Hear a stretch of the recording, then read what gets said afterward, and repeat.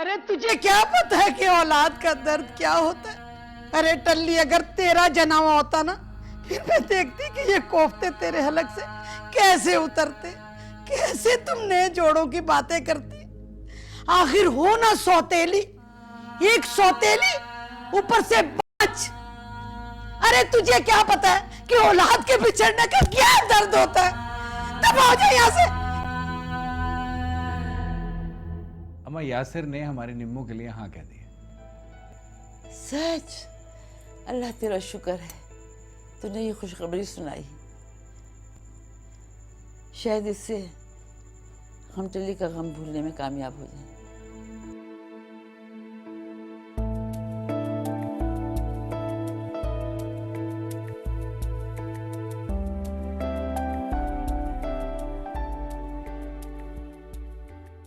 जुबैदा!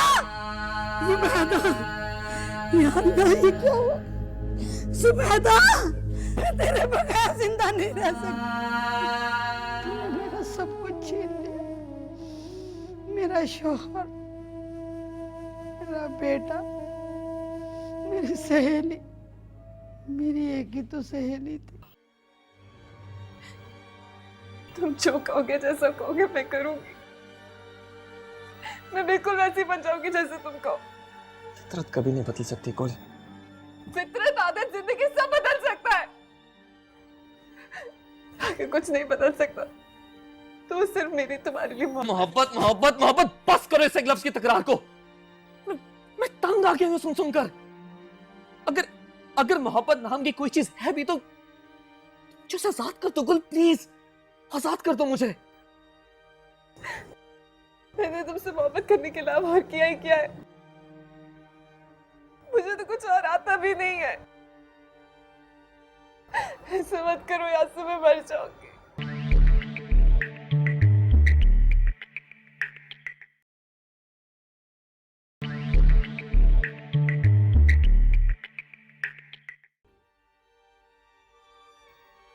गुल,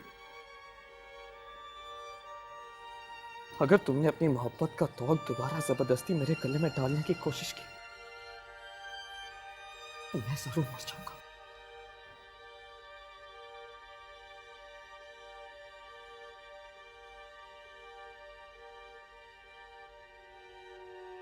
इतनी नफरत करते हो तुम मुझसे? मुझसे ज्यादा मोहब्बत और खुशी को तुम्हें दे सकता? इस वक्त मेरी तरजीह सिर्फ एक इज्जत भरी जिंदगी और माशरे में अच्छी साख हासिल करना है गुल, जो मुझे तुम नहीं सिर्फ नरमीन दे सकती है।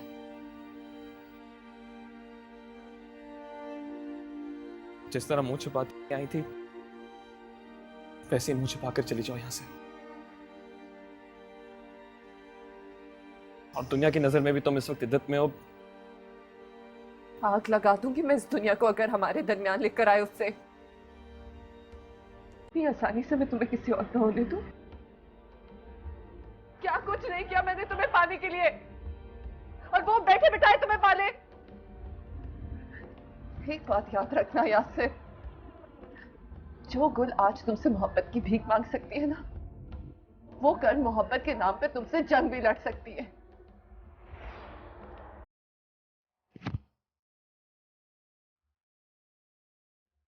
धमका रही है मुझे? हाँ, धमका रही हूं। तो कौड़ी का करके रख दूंगी इस दुनिया के आगे। अभी और इसी वक्त जाके सबको बता देती हूँ कि तुम्हारी असलियत क्या है। कहाँ के कजन, कौन से कजन, सब जाके बता देती हूँ कि तुम यहाँ पे क्यों आए और तुम्हारा और मेरा रिश्ता क्या है।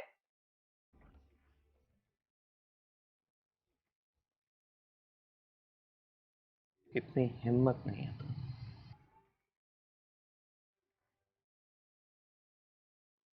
किसी से डर भी नहीं है। डर तो किसी चीज को खोने से होता है यासिर। जहां मैंने तुम्हारे लिए इतना कुछ किया, वहां ये भी सही। एक बाजी और सही, और इस बार तुम्हें दांव लगाऊंगी।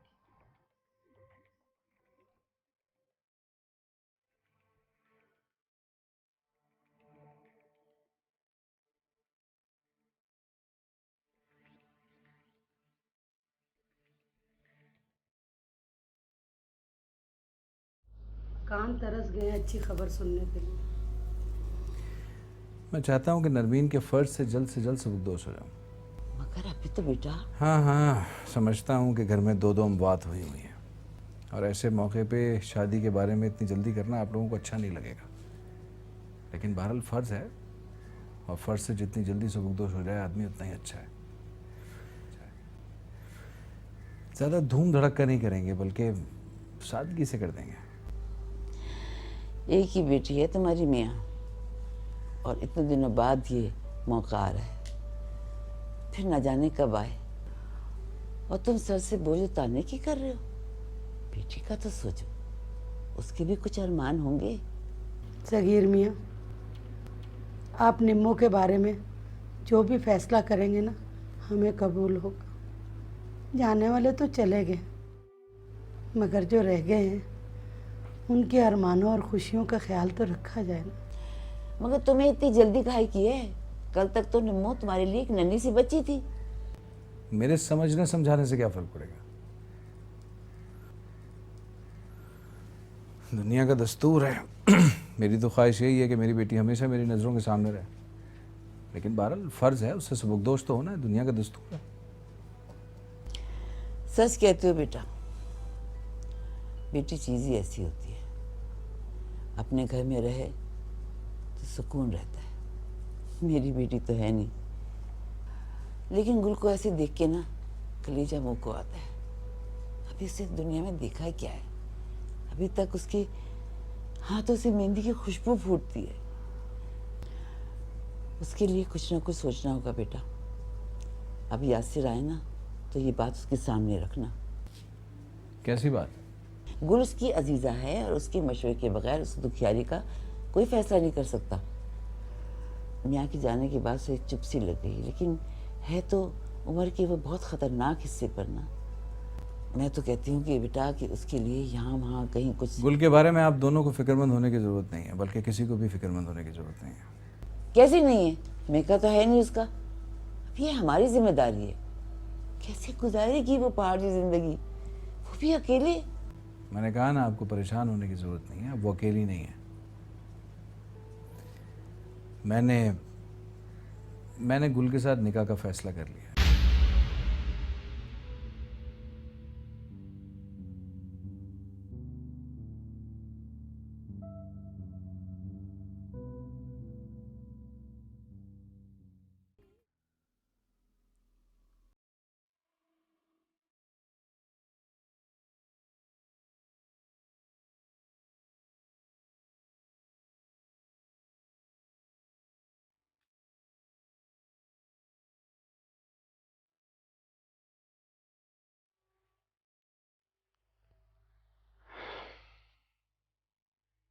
अम्मा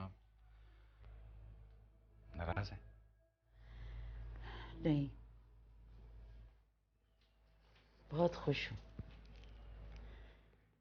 तुम्हारी इस हरकत से तो शादियाने बजाने को जी चाह रहा है मेरा। क्या हो गया? मैंने कोई जुर्म तो नहीं किया। दूसरी शादी कोई जुर्म तो नहीं है अम्मा। जानती हूँ कि जायज़ काम है, लेकिन जायज़ कामों को जायज़ तरीके से जायज़ वक्त पे किया जाए वही भले लगते हैं। आखिर ऐसा क्या कर डाला है अम्मा मैंने? एक बेसहारा औरत को सहारा ही तो। बस रहने दो। ये घिसे पिटे बहाने बनाने की कोई ज़रूरत नहीं। हम भी उसका भला चाहते थे। उसे बेदाम का गुलाम बनाकर सारी उम्र के लिए नौकरी नहीं करवानी थी हमें। इतना तो खौफ खुदा है तुम्हारी माँ में। एक भला सा आदमी ढूंढती, उससे 2 बोल निकाह के पढ़वाती और उसे रुखसत करती। मगर तुम्हें बीच में आने की क्या ज़रूरत थी? आखिर इसमें हर्ज ही क्या है? हर्ज?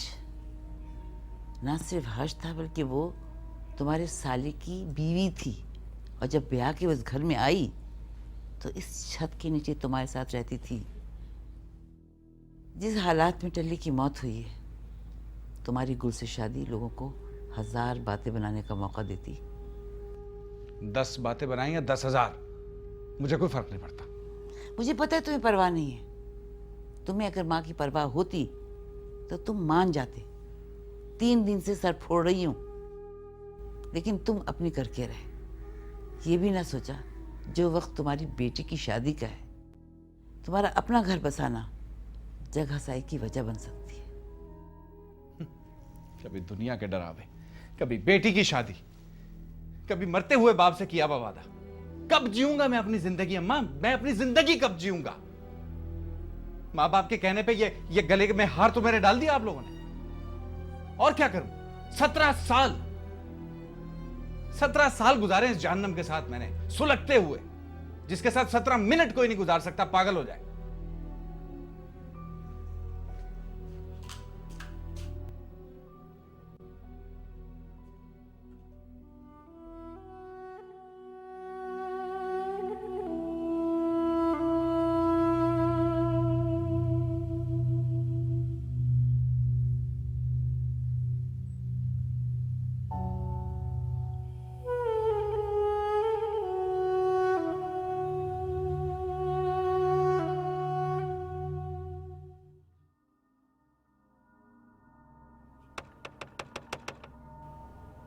फुफ्फा के जनाजे पे आई है तू? अरे थोड़ी बहुत तो लेपा पोती कर लेती मुंह पे, या इसके पैसे अलग से खर्च करूं मैं?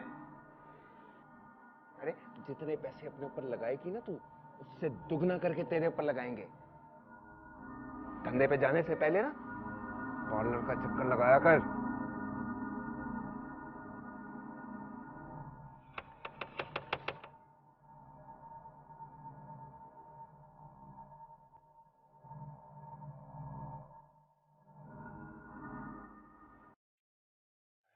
बाजो साहब,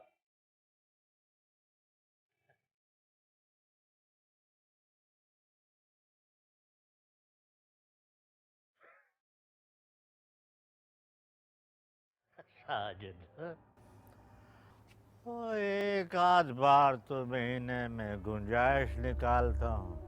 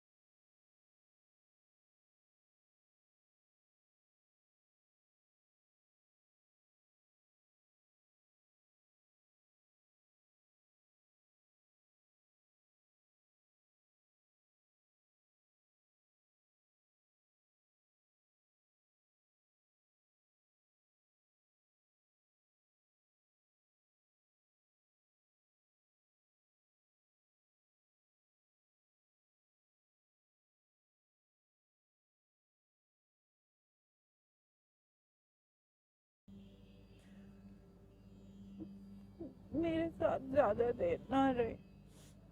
आप ही कहते हैं ना, इस औरत के साथ कोई 20 मिनट भी गुजार ले तो उसे नफरत हो जाएगी।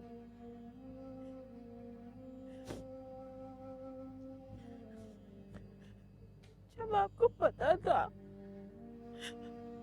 तो आप इतनी इतनी देर मेरे साथ क्यों रहते थे?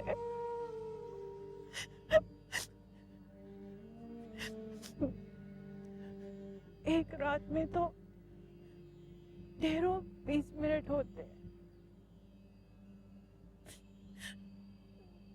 नफरत तो होनी ही थी।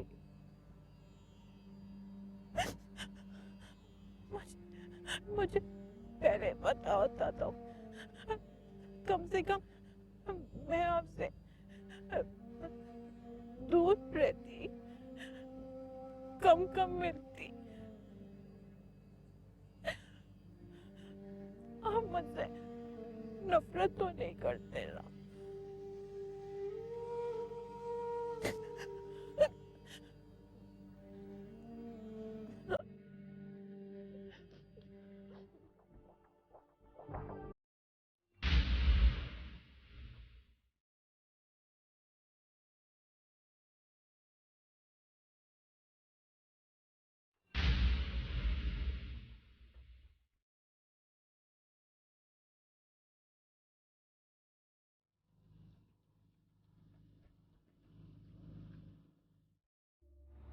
इतने जल्दी आ गई? दिल नहीं लगा क्या? दिल लगाने की औकात कहाँ रही है? अरे जान, तेरी और अपनी औकात ही तो बेहतर करने की कोशिश कर रहा हूं।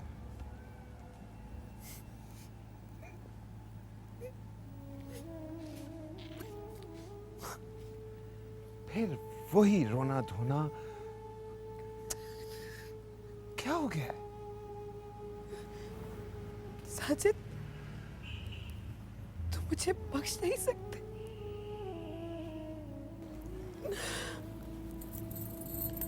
माफ कर दो मुझे साजिद।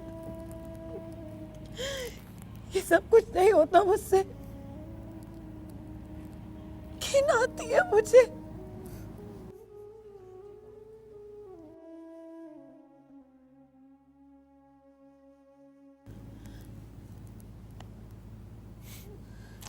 इनसे तो घिन नहीं आती ना? नहीं चाहिए मुझे ये। मुझे माफ कर दो, बस मुझे माफ कर दो। माफ कर दो मुझे। चल आजा, आजा, आजा, माफ कर दो। आजा।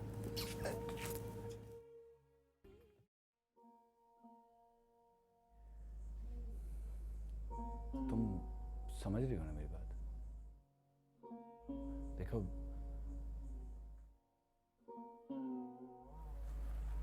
आओ गुल, अंदर आओ।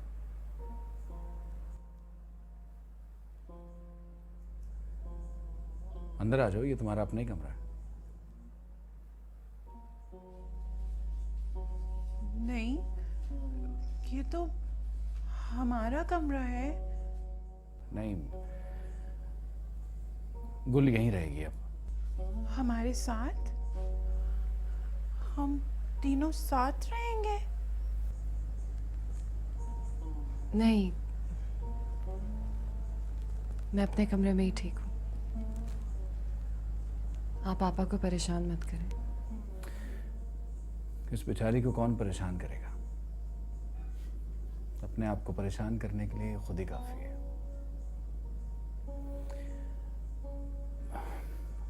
गुल और मैं, हम दोनों अब यहां रहेंगे।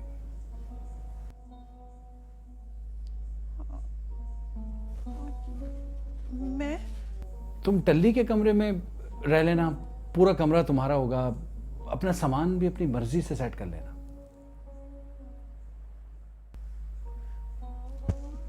मैं अकेले टल्ली के कमरे में? नहीं, मैं अकेले नहीं रहूंगी टल्ली के कमरे में। नहीं। ये मेरा कमरा है, मैं अकेले नहीं रहूंगी। नहीं हलीमा, नहीं, मैं अकेले नहीं रहूंगी। अच्छा बच्चों की तरह जिद मत करो हलीमा। नहीं, ये मेरा कमरा है। हलीमा प्लीज।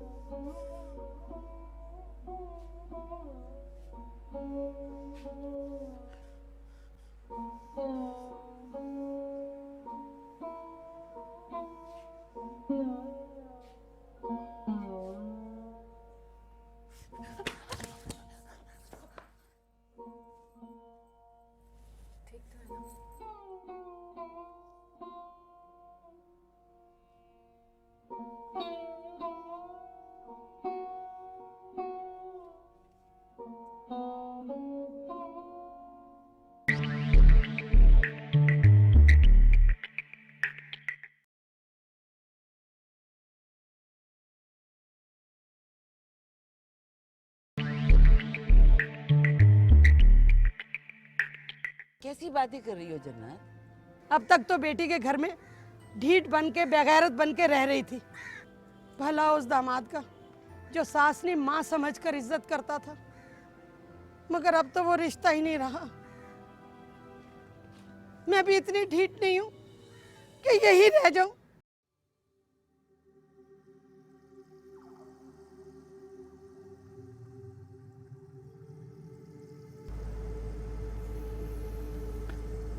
तुम मेरे लिए कुदरत का एक अनमोल तोहफा हो बोलो, एक नेमत। और तुम एक मुसलसल आजमाइश, एक खुद साख्ता अज़ाब। मुझे नहीं पता था कि हलीमा की बेइतनाई मुझे तुम तक